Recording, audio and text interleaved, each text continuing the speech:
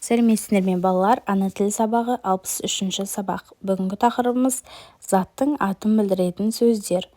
Бірінші жаттығуға назар аударайық. Мәтінді түсініп оқы. 1 минут. Талғат ылғи кешігетін.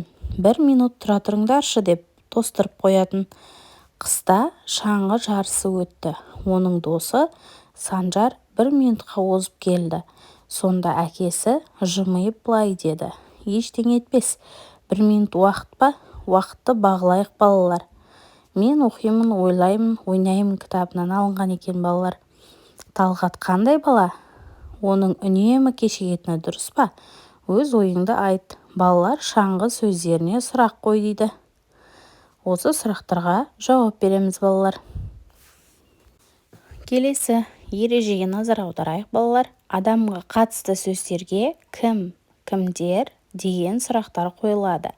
Ұстаз, ата, әже, әке, дәрігерлер.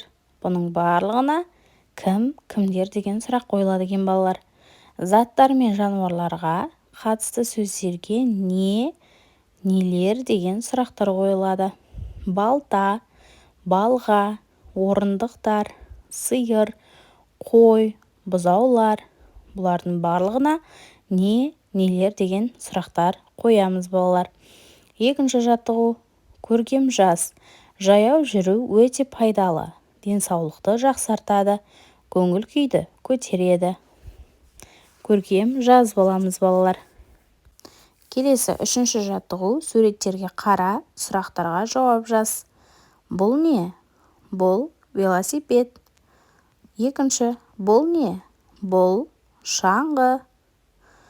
Үшінші. Бұл не? Бұл хоккей. Төртінші. Бұл не? Бұл шахмат. Осылай жауап жазамыз балалар. Төртінші. Берілген сөздерді кімдер сұрағына жауап беретін сөздерге айналдырып айт дейді. Бірінші сөз. Бала. Кім? Бала. Кімдер? Балалар. Екінші. Адам. Кім? Адам. Кімдер? Адамдар. Үшінші. Дос. Кім? Дос. Кімдер? Достар. Жақсы балалар, сау болыңдар. Каналға жазылып алыңдар.